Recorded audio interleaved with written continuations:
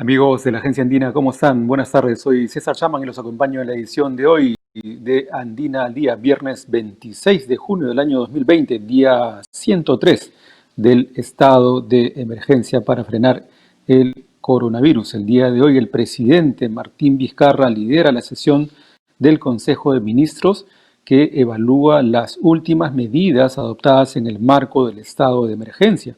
Este estado de emergencia que comenzó el 16 de marzo, 10 días después de que se detectara y confirmara el primer caso de COVID-19 en nuestro país.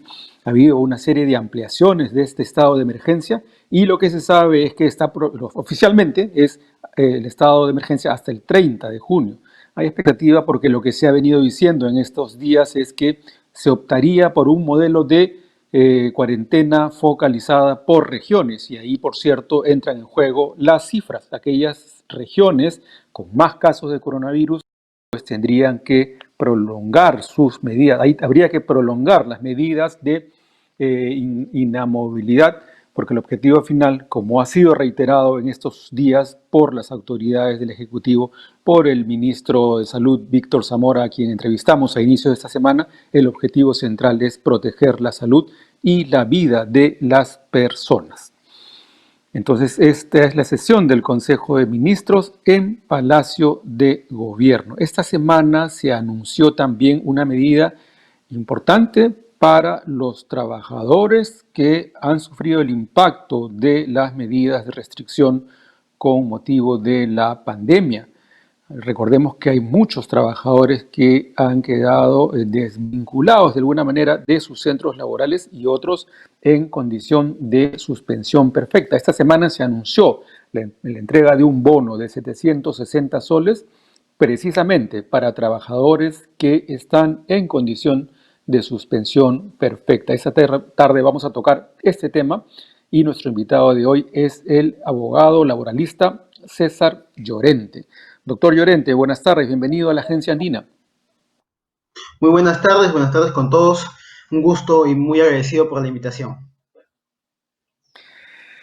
Correcto, esta semana se anunció el pago del bono, el anuncio del bono de 760 soles para trabajadores en situación de suspensión perfecta. Se ha dicho que beneficiaría alrededor de 100.000 peruanos. Explíquenos, doctor Llorente, los detalles de esta disposición, quiénes se benefician, cómo es el procedimiento, ante quién hay que gestionar este bono. Bueno, en realidad, de manera preliminar hay que tomar en cuenta que nos encontramos en un escenario que muy pocas personas hemos vivido, ¿no? Incluyéndome yo. Esta pandemia en realidad lo que ha generado es que muchos trabajadores y empleadores se vean en una situación de, se puede decir, hasta de desamparo, ¿no? Porque básicamente los empleadores no saben realmente cómo sobrellevar esta situación y poder afrontar todas las deudas que pudieran tener, y los trabajadores se ven ante una situación en la cual no perciben su remuneración y por ende afecta su canasta familiar y la supervivencia de su familia. Esto que ya ha sido, bueno, en una primera instancia por el Decreto Supremo 044 de 2020, el primer estado de emergencia y después prorrogado por el 094 de 2020, coloca a las empresas en varias situaciones, ¿no? La primera básicamente es la imposibilidad de asumir el pago de las remuneraciones y por ende en una situación en la cual no se puede o no saben qué realmente realizar. Ya para esto han existido medidas implementadas por el gobierno como son el trabajo remoto, la licencia con goce, pero situaciones que fuera de eso no han podido de alguna u otra manera sopesar la situación en la cual se encuentra. Entonces, por eso que a partir del decreto supremo 038-2020 se establece o se permite la suspensión perfecta de labores. Esta suspensión perfecta de labores está únicamente establecida para que, o centrada en lo que es la pandemia.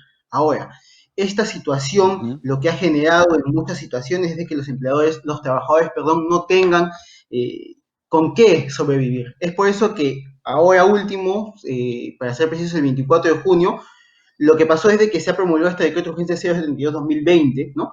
Que le otorga a los trabajadores, ¿no? 760 soles, como bien es indicado, César.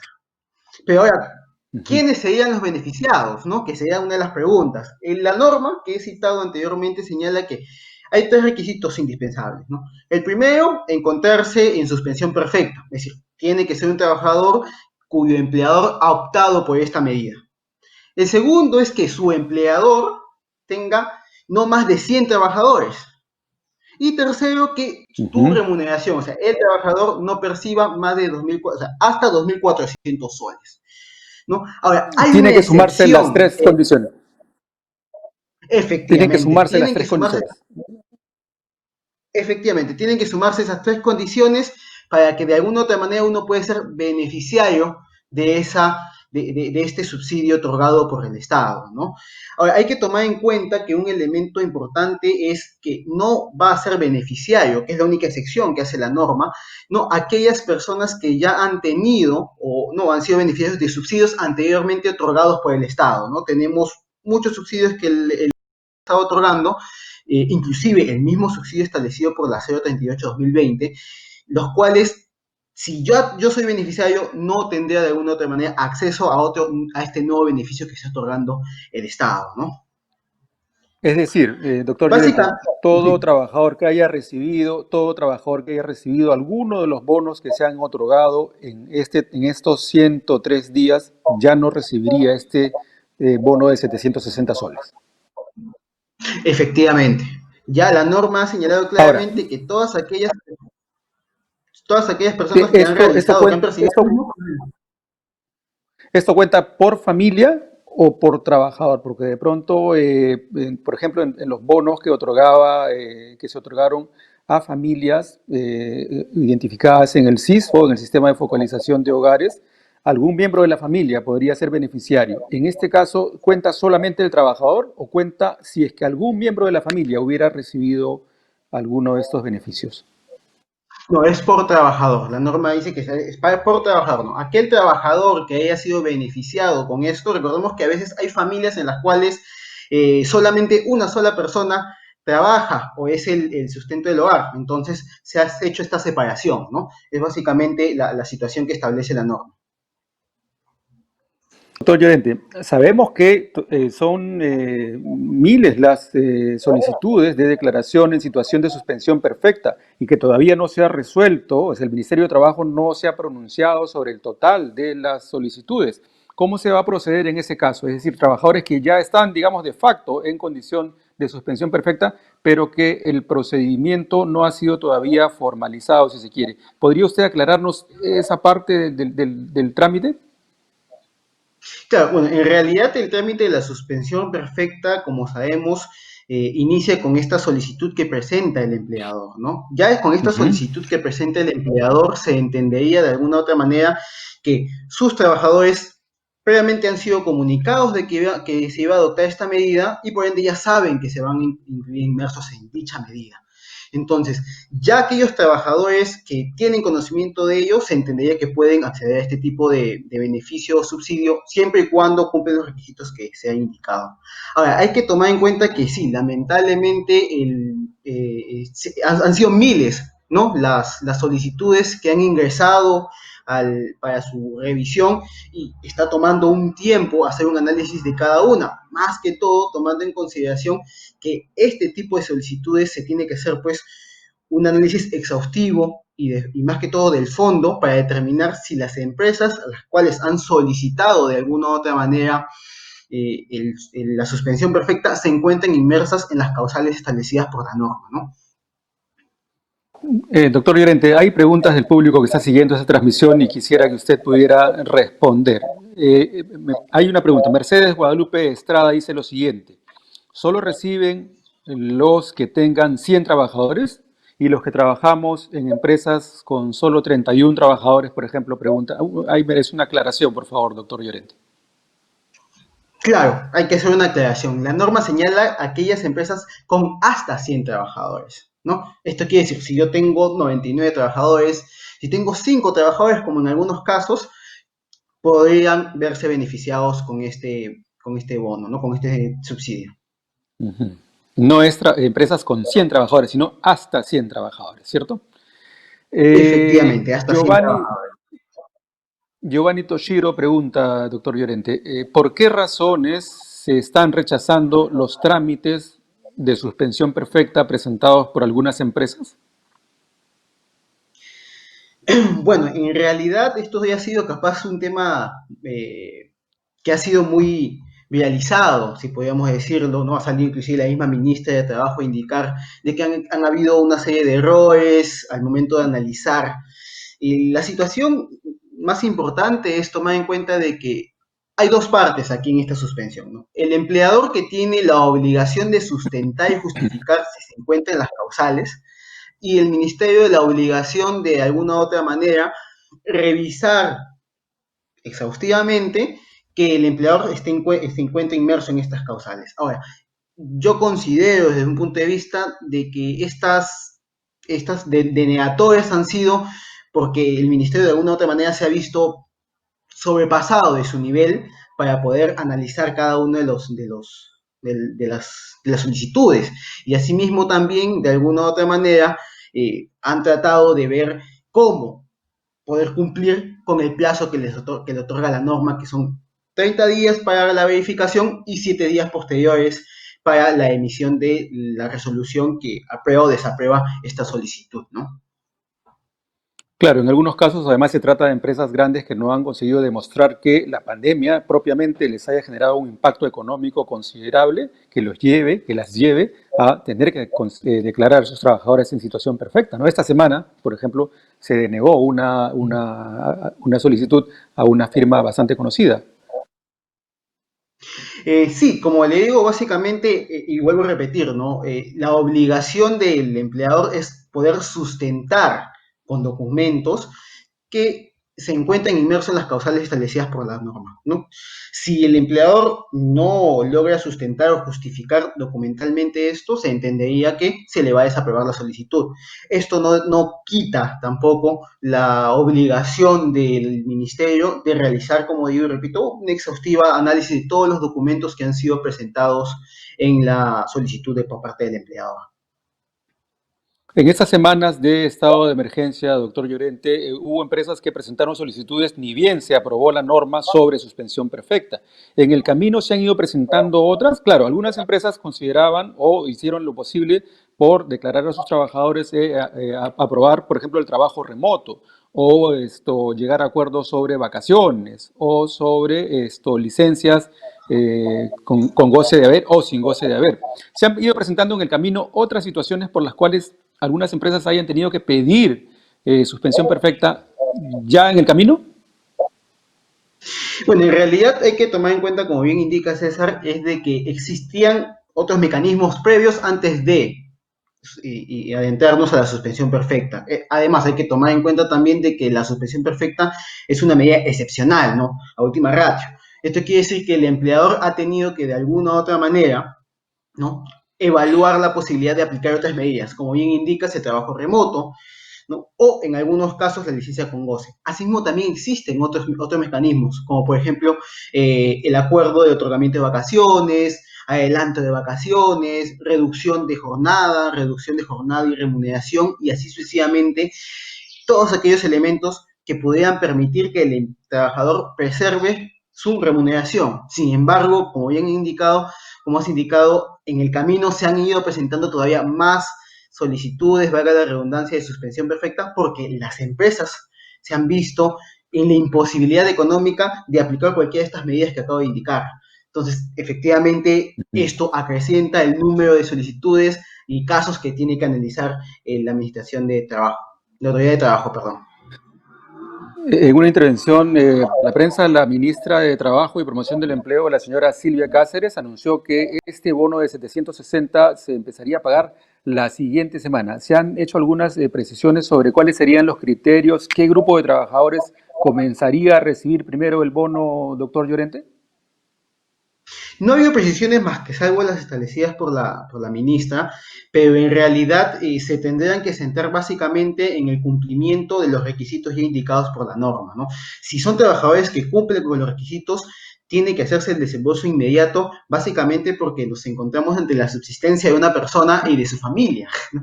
Entonces, básicamente, si te encuentras dentro de los requisitos establecidos por la norma, se entendería que tiene que hacerse el desembolso inmediato para que el trabajador se vea beneficiado y asimismo también su familia.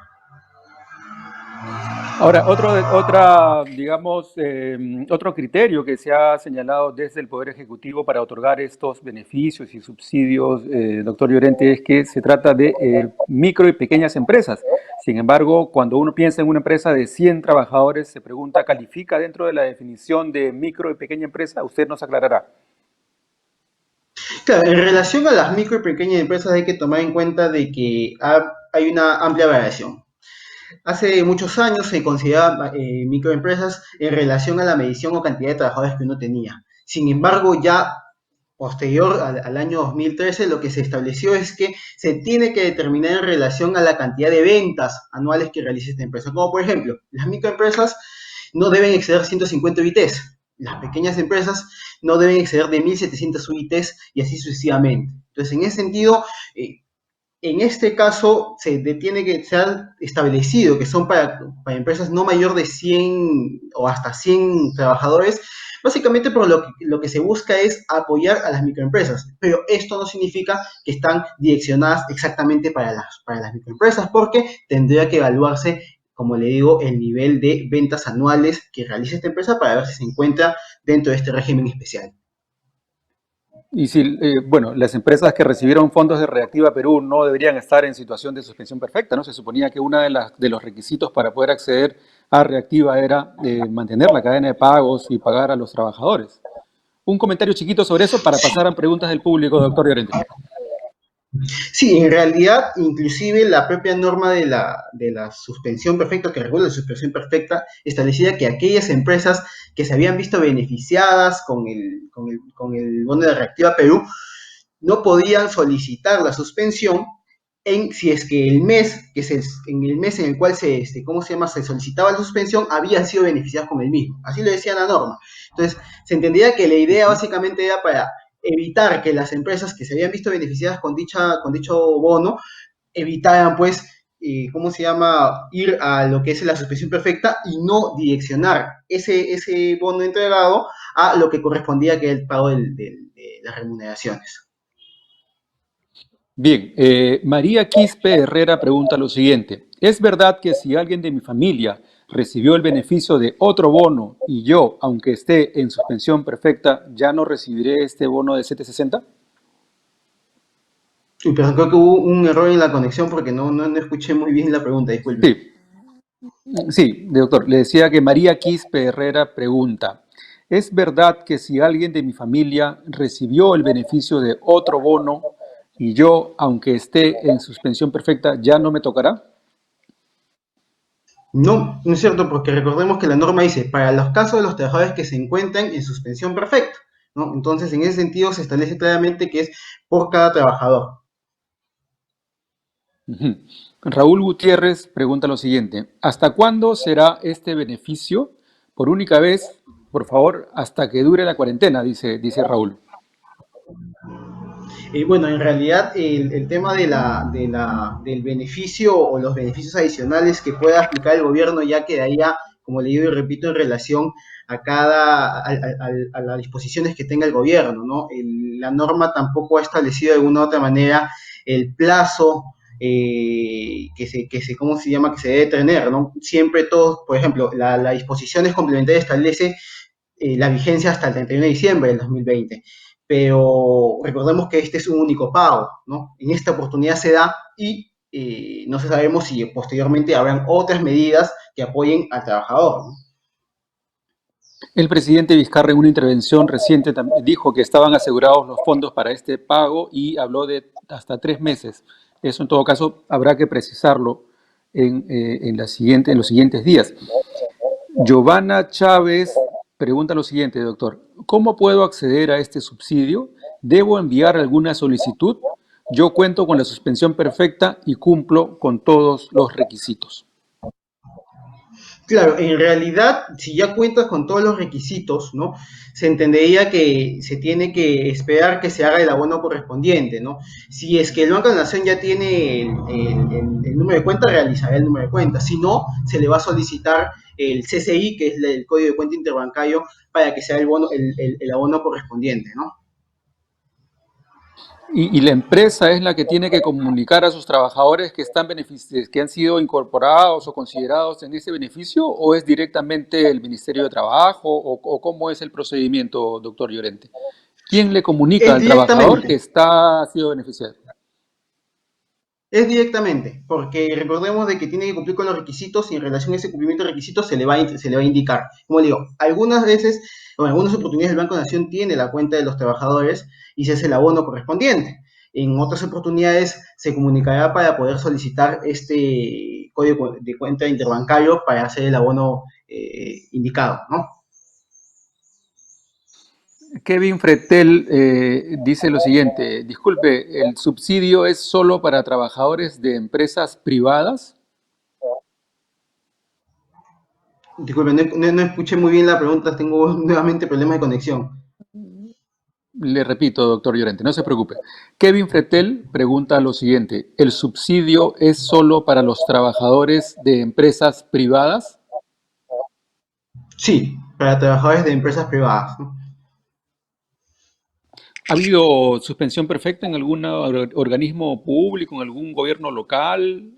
¿Tiene usted referencias sobre eso, doctor Llorente?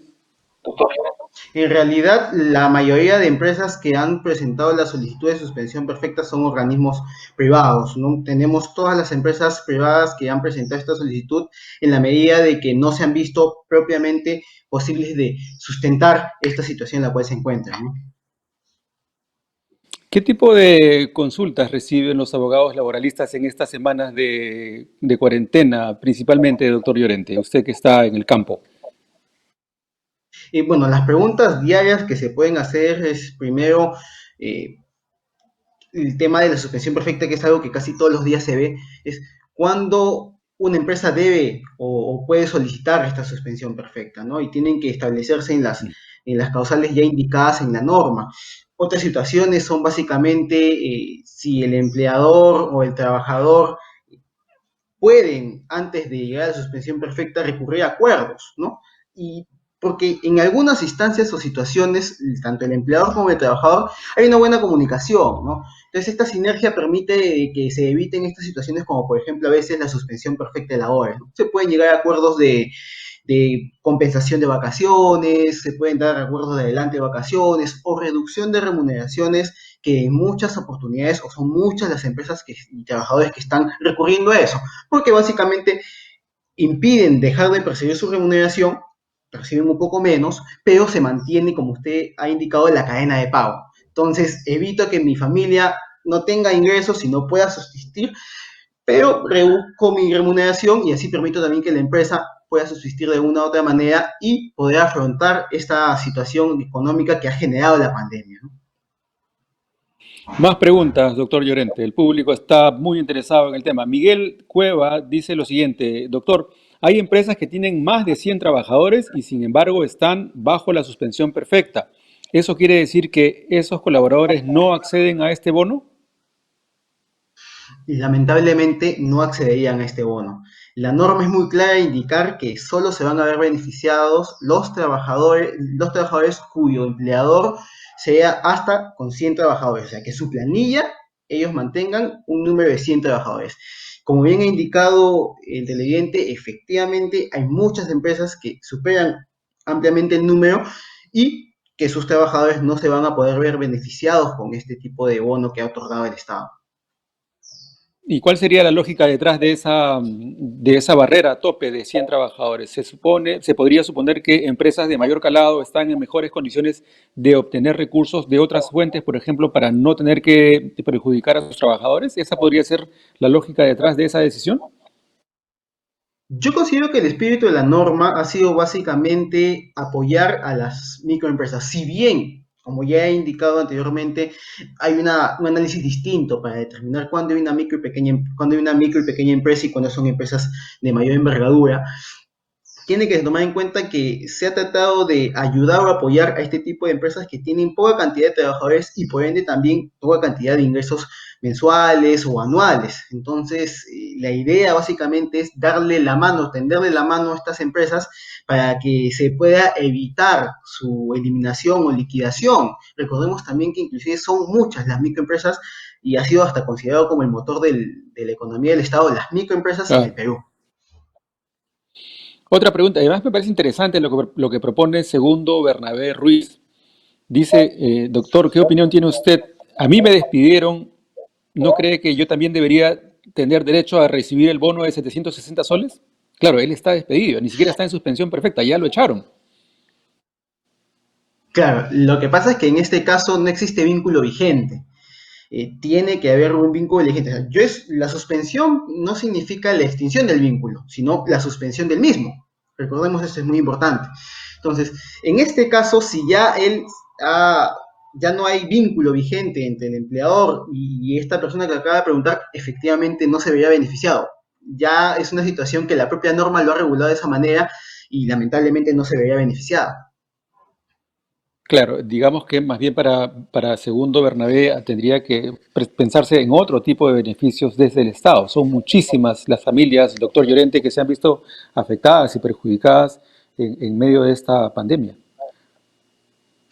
Sí, efectivamente, son muchas las personas o trabajadores que se han visto perjudicados con esta situación, esta pandemia. Muchas empresas se han visto en la obligación de no renovar contratos a veces, básicamente para permitir la subsistencia de la misma empresa. Y esto ha generado o ha decantado de que trabajadores se encuentren sin un ingreso y no solo porque están en suspensión, sino porque no tienen trabajo. Entonces, al extinguirse este vínculo, se encuentran en una situación de desamparo en la cual ya lo único que le queda básicamente es esperar que el gobierno, de alguna u otra manera, promulguen nuevas normas que le otorguen estos subsidios a personas que no se encuentran con vínculo laboral o que no tienen vínculo laboral con ninguna empresa. ¿Podría usted referirse brevemente, doctor Llorente, a esta figura del mutuo disenso? Sabemos que se aplica esa figura y lo que hay detrás son despidos. Claro, el mutuo disenso en realidad es este acuerdo entre el trabajador y el empleador, que ambos deciden, ¿no? Por mutuo acuerdo, extinguir el vínculo laboral. Lamentablemente nosotros sabemos que algunas empresas pueden de alguna u otra manera utilizar esta situación para forzar estos mutuos disensos y que el trabajador firme los convenios para que se extinga el vínculo laboral. Entonces, de alguna u otra manera se entiende de que el mutuo disenso es acuerdo entre las partes y no una imposición por parte de la empresa, ¿no? Hay que tomar en cuenta eso antes de suscribir este tipo de convenios y antes de que se nos ponga sobre la mesa para firmar. Colegas periodistas han sido sometidos a esta figura, doctor Llorente. José Cerdán pregunta lo siguiente. Buenas tardes. ¿Qué pasa si la suspensión perfecta termina el 9 de julio y todavía no se reinician operaciones? ¿Qué tengo que hacer? En ese caso, ¿reciben el bono?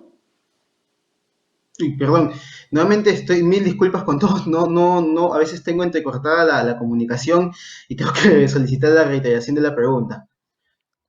No se preocupe. José Cerdán pregunta lo siguiente. ¿Qué pasa si la suspensión perfecta termina el 9 de julio y todavía no hemos reiniciado operaciones?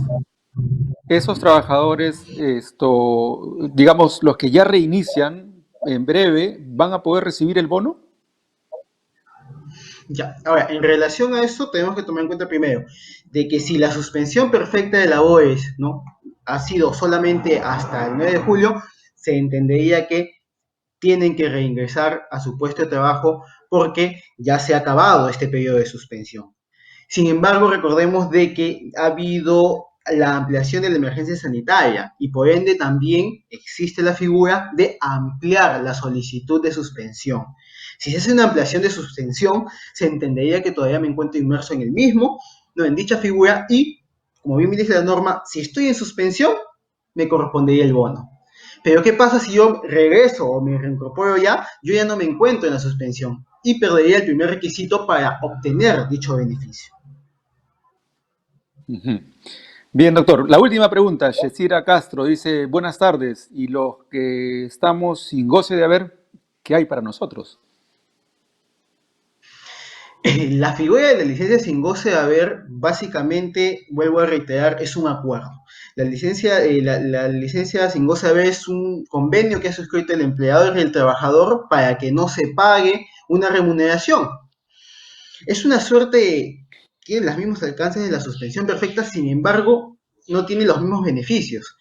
Esto quiere decir, no va a ser sometido a la revisión del Ministerio de Trabajo para que pueda de alguna u otra manera ver si cumple con los requisitos y tampoco se va a ver beneficiado con estos beneficios alternativos que se dio, como por ejemplo el retiro extraordinario de la CTS, de la AFP en relación o en virtud al 038-2020. Entonces, si yo estoy en una, si he hecho o he suscrito una licencia sin goce con mi empleador, se entendería que no me encuentro o no me voy a poder ver beneficiado con ninguno de estos beneficios o bonos como es el de ahora, ¿no?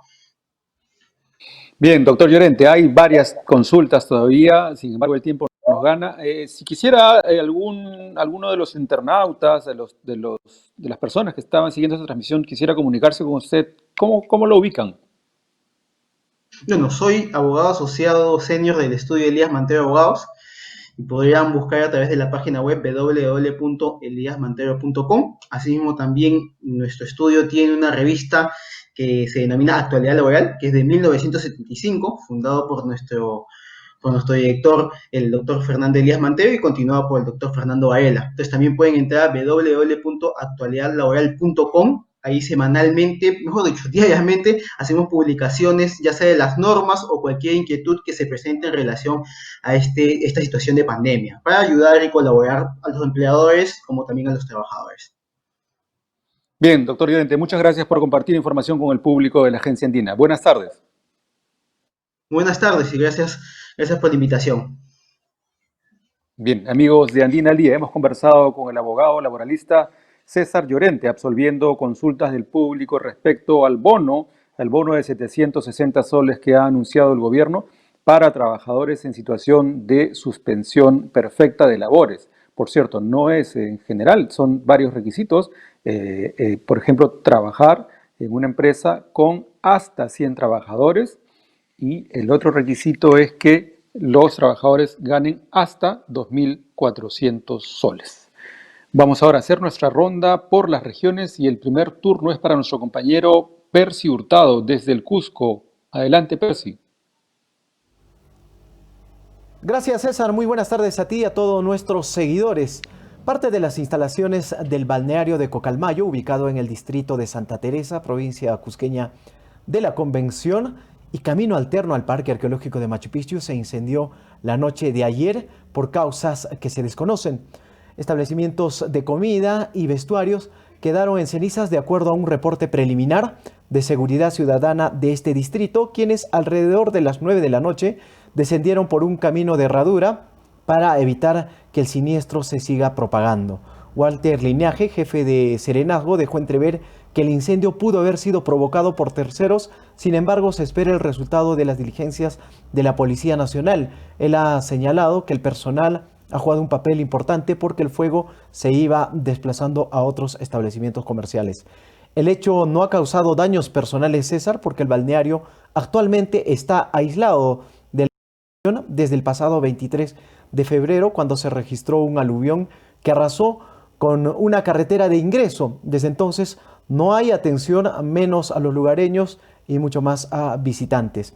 Las aguas termomedicinales eran un atractivo para los lugareños y cientos de turistas que accedían a Machu Picchu tras llegar en vehículos. Las delegaciones disfrutaban de días paradisíacos, sin embargo ahora por el fenómeno y la pandemia no lo hacen. Este es el reporte desde la ciudad del Cusco. César, volvemos contigo. Muchas gracias, Percy, por la información desde el Cusco y nos vamos de inmediato hasta Trujillo con nuestro compañero Luis Puel. Adelante, Luis. César, muy buenas tardes para ti y todos nuestros seguidores, para contarles que el Hospital de Laredo, ubicado en el distrito del mismo nombre, en la provincia de Trujillo, fue dotado con una planta generadora de oxígeno. Esta planta tiene capacidad para producir el promedio de 70 tanques de oxígeno de forma diaria y podría suministrar oxígeno a un total de 34 camas de hospitalización.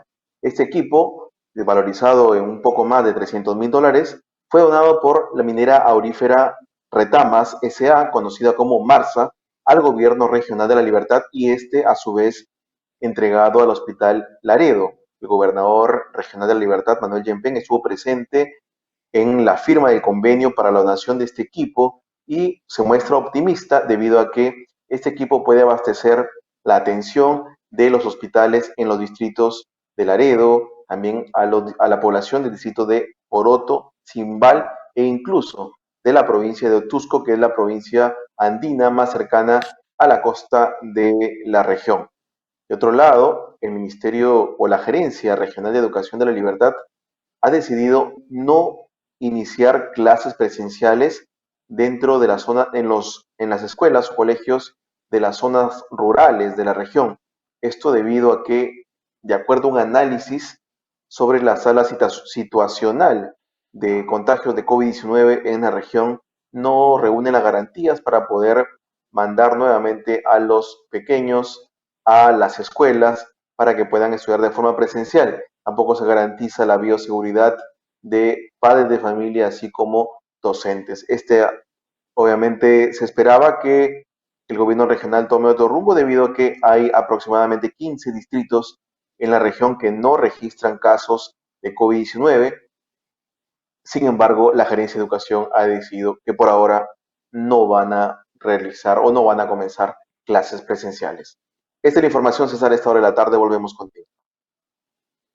Gracias, Luis. Ninguna medida preventiva está además en estas circunstancias, estimado Luis. Desde Trujillo nos vamos de inmediato hasta Arequipa con nuestra compañera Rocío Méndez. Adelante, Rocío. Buenas tardes, César, para informarte desde Arequipa que los trabajos de adecuación e implementación del Hospital COVID-19 de esta ciudad continúan. El día de hoy el gobierno regional de Arequipa hizo entrega del cuarto nivel de este nosocomio totalmente remodelado e implementado con 60 camas, de las cuales 45 tienen toma directa con oxígeno para atender a pacientes moderados con COVID-19. Cabe señalar que desde hace más de 2 meses el gobierno regional interviene este nosocomio para la atención exclusiva de pacientes con el nuevo coronavirus.